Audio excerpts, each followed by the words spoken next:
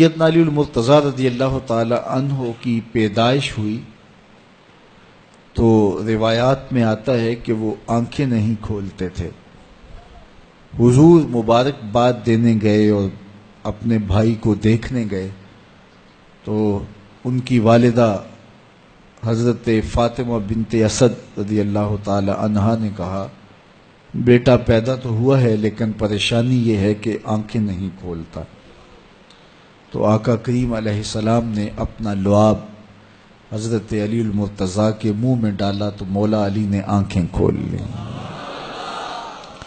گویا سیدنا علی المرتضیٰ رضی اللہ تعالی عنہ نے آنکھیں کھولی تو پہلا جلوہ رخ والضحیٰ کا دیکھا. اس رخ نور کو دیکھا.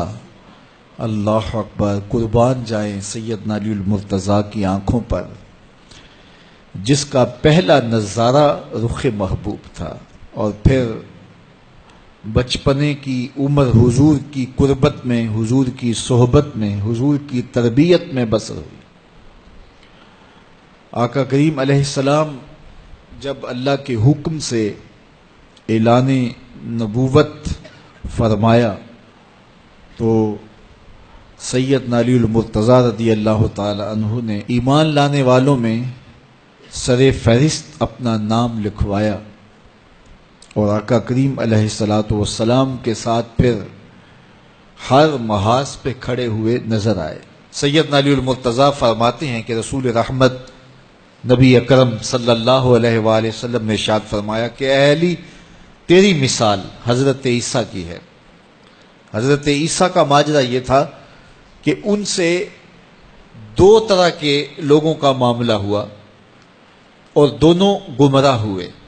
ایک وہ جنہوں نے حد سے زیادہ ان سے محبت کی اور اس قدر بڑھا چڑھا دیا کہ انہیں اللہ کا بیٹا قرار دے دیا، اور دوسرے یہودی تھے جو اس قدر بغض رکھا سیدنا عیسیٰ علیہ السلام سے کہ ان کے قتل کے درپے ہوئے، ان کی ماں پہ تہمت لگائی. سیدنا علی المرتضیٰ فرماتے ہیں کہ میرے حضور نے فرمایا تیری مثال بھی حضرت عیسیٰ کی ہے.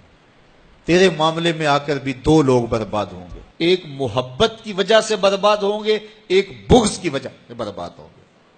ایک محبت میں ایسے افراط کریں گے، اس قدر محبت میں تجاوز کر جائیں گے، حد سے بڑھ جائیں گے کہ وہ کہیں گے تیرے بارے جو نہیں کہنا چاہیے.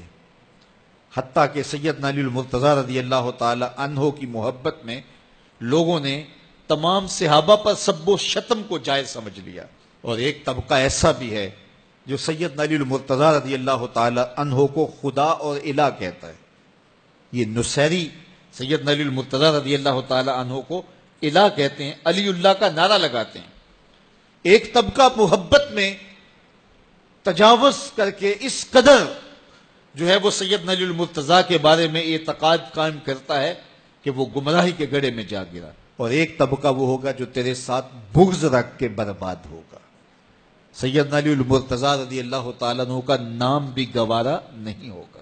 سیدنا علی المرتضیٰ کا نام لیا جائے تو طبیعت میں بے چینی اور اضطراب پھیل جائے گا.